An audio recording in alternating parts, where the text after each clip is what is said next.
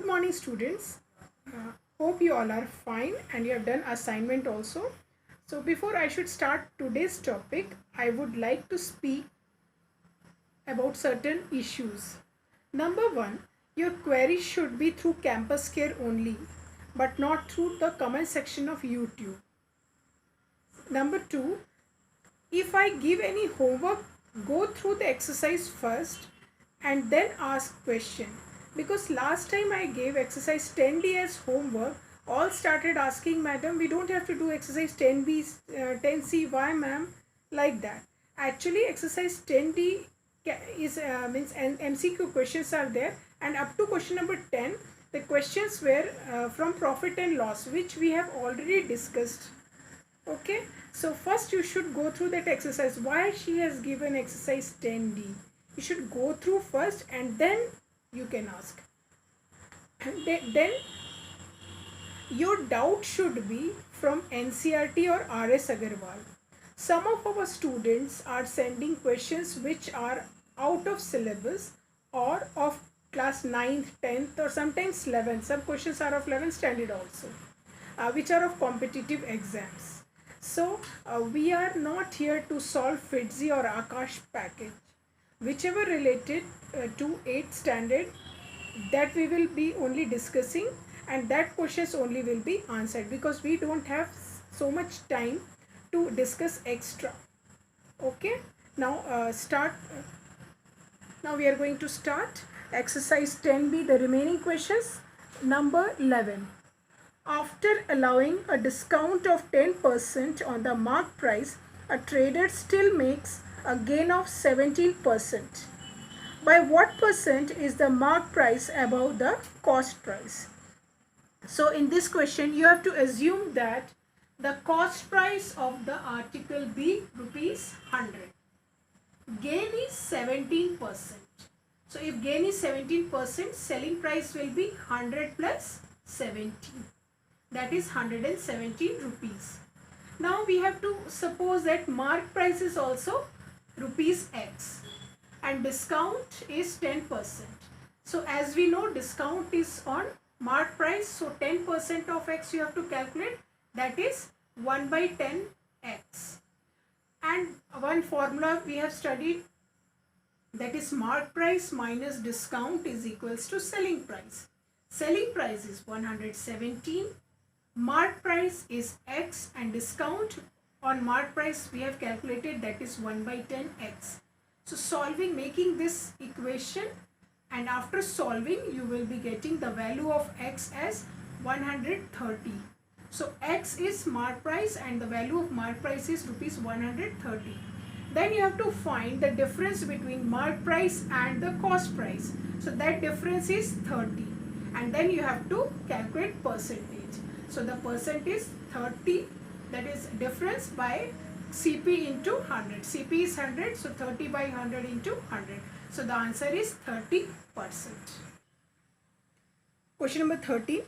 The mark price of a TV is rupees 18500. A dealer allows two successive discounts of 20% and 5%.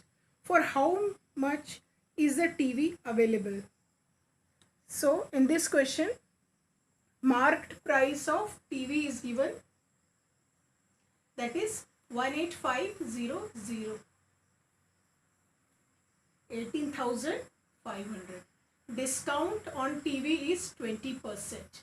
So we have to calculate how much discount is given.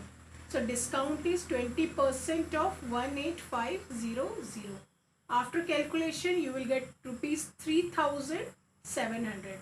So this is the amount of discount, rupees 3,700. Now price after discount. So this discount amount we have to subtract from marked price. So after subtracting, the price of the TV is 14,800. Now again second discount is given. Second discount is of 5%. 5% on this amount. So 5% of 14,800. So that is 5 by 100 into this amount, and calculate the value of discount. So that is 740 rupees. Again, after getting second discount also, the price of the TV you have to calculate.